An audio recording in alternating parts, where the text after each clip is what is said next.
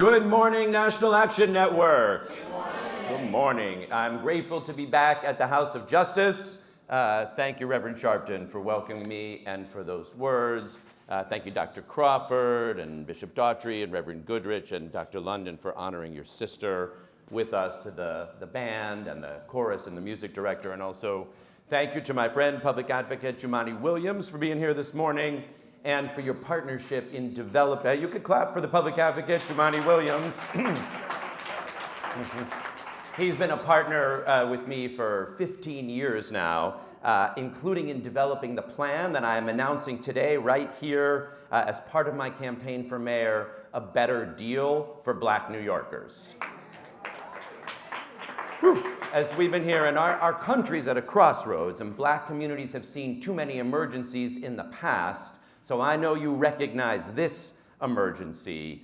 We're in an emergency for racial justice. We are in an emergency for multiracial democracy. We have a president who's tearing our country apart, depriving people of due process, dismantling DEI, which is also just known as civil rights, snatching people off the street. Yesterday we learned they took a 2-year-old citizen, and deporting them to torture prisons, and now even arresting judges. There's no part of that program that's a poem that says, and then they came for the judges, but that's what's happening here. Donald Trump is trying to turn our constitutional democracy into a country under authoritarian rule. So I am grateful every day for the fierce leadership of Reverend Sharpton and Nan to stand up and fight back. And I just want to say about those words today about resistance under pressure, having come out of the Exodus story and just finishing Passover. The Israelites were slaves for 400 years, and they had some tailwinds, that's for sure, but they showed organizing under pressure, as you do here at Nan. But look, here in New York City, we have our own crises to address. Our city and state government have been failing on racial justice, failing on inclusive multiracial democracy for a long time. As I talk to Black New Yorkers, they make it clear to me they've been let down by a racial wealth gap that's far greater in New York than around the country, by an affordability crisis that's driving Black families out of your own city, out of neighborhoods that you rescued from abandonment and made places of culture and creativity and now can't afford to live. Too often, it feels like Black New Yorkers have done more for New York City than New York City has done for Black New Yorkers. As controller, I conducted the first study of New York's racial wealth gap, and we found that the median net worth of a white household in New York is $277,000, while that of a Black household is just $18,000. That's 15 to 1. $277,000, that's enough to send your kid to college, to help them with the down payment on a home, to start a business. $18,000, that's not enough to do almost anything, nothing. And that wealth gap reflects disparities in education, in access to capital, and especially in home ownership. Back in 1996, my wife and I, we were able to buy a co-op in Brooklyn for $125,000. And that's why we were able to raise our family here. Our son and our daughter, they loved the home we grew up in so much that they went together to get tattoos of their stoop of our home on their arms. I mean, my wife and I were not tattoo people, but we loved it when our kids came home with that. That's what all New York families deserve, is that kind of place of safety for their children. But today, that is impossible for the vast majority of Black New Yorkers because the prices are out of control. Now, it doesn't have to be that way. Back in the 90s, I was leading a community organization in Brooklyn where I helped people organize when landlords abandon their homes. And one woman, her name's Ibon Mohammed. She was a mother of 4, and she organized her neighbors when HUD came to foreclose on the 102-unit development where they lived. HUD told them they had 90 days to get out, and there's gonna be more like that coming, I'm afraid, in the days to come. But Ibon and her neighbors, they said, "We shall not be moved." And they not only stayed, They won the right to take over their buildings and renovate them and convert them into an affordable co-op that they would own.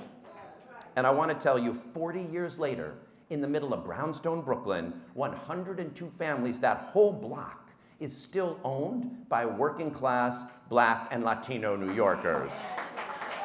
And that kind of activism, it's what inspired my career, led me to work in affordable housing, led me to join the fight for racial justice. And after 15 years in affordable housing, I ran for city council, where I teamed up with Jumaane to pass the Community Safety Act to combat stop and frisk, where I worked to desegregate the middle schools of my district, District 15 in Brooklyn. And today, as part of my campaign for mayor, I'm proud to unveil my plan to tackle the racial wealth gap that's driving Black families out of New York City. I'm honored to be here at NAN to announce my commitment to a better deal for Black New Yorkers. Now, I want to respect the time, so I won't go through the whole plan here. You can look at it online at Lander for NYC, but just a couple of its key points. First, to expand home ownership, I propose to build a new generation of affordable co-ops like the Mitchell-Lama programs of old. My plan identifies places for 50,000 new homes on 4 of the city's 12 municipal golf courses. Now, there'll still be 8, so all the golfers can have plenty of tee times. You'll be able to get a tee time on the other 8, but your kids will be able to buy a home on 4 of them, 50,000 affordable homes that working class New Yorkers, including Black New Yorkers, will be able to buy. I'll also launch a program called Homes for City Workers. Are there any city workers or retirees here? Rev was talking about this. I've got a plan to invest our pension funds to match the mortgage you could afford and double the price of a home you could afford to buy. That'll renew the pathway to home ownership for our teachers, our cops, our firefighters, for working New Yorkers. As Reverend Sharpton said, I'm serious about investing in Black-owned businesses. During my time as controller, we've increased investments with Black and Latino asset managers by over $6 billion, a nearly 40% increase. So no matter what happens in Washington, we're not going backwards on DEI, we're going forward. And I was proud to be out there outside Bill Ackman's office fighting against the enemy of DEI. And I do just want to say this, some of us are investing in DEI. Bill Ackman is the biggest donor to the super PAC of former Governor Andrew Cuomo. So I'm just saying you should look at who's investing in going forward on DEI and who the enemies of DEI are investing in as you think about this election coming up. As mayor, therefore, I'll double the size of the city's MWBE program by expanding it to include nonprofit, human service, and emergency contracts, which it totally excludes. That's billions of dollars more that we can invest in Black businesses so they can grow in this city when the city spends dollars in our neighborhoods. Because, Dr. London, you are here and that march is taking place to remember Mama Z, and I just want to take a minute to honor her memory, this 61-year-old grandmother and pillar of our community. I know that Black communities can't thrive if they aren't safe, and that safety's got to be a genuine partnership grounded in justice. And that's why a few weeks ago, just a few blocks from here at Street Corner Resources, Jumaane and I announced a report showing that community violence interrupter groups decreased shootings by 20% in the neighborhoods where we invest in them. So we've got to invest more and support those groups so we can stop the violence. My plan also commits to proven maternal health programs to end the outrageous disparity that means a Black woman in New York is 6 times more likely than a white woman to die in childbirth. It does not have to be that way, and as your next mayor, I'm gonna change it. And finally, my plan includes investments in culture, in arts, in history.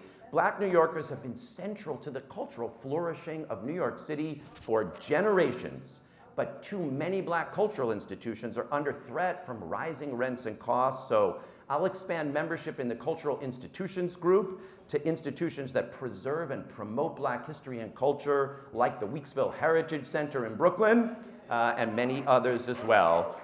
Look, despite the present emergency, we know that a better, more equal, more racially just future is possible with the right leadership and the right partnerships. We can create a city where families aren't getting evicted, where our kids are safe, where homeownership and entrepreneurship is within reach. And that'll be a better deal for Black New Yorkers, but it will also be a better deal for all New Yorkers. Those asset managers that we've invested in, they outperform their benchmarks by 5%. It's Black asset managers that are amongst the best in our country, our portfolio. They've helped us save $1.8 billion for taxpayers. As author Heather McGhee, who helped develop the plan, makes clear in her book, The Sum of Us, when we end injustice, when we close that racial wealth gap, when we open up opportunity to everyone, then we win a solidarity dividend that helps all New Yorkers have the safe, affordable, thriving city that every single family deserves at this moment of emergency. That will be one of the best answers that New York City can give to this racist president in the White House, and the best futures we can give to all our families. Keep hope alive. Thank you very much, Rev, for inviting me and welcoming me this morning.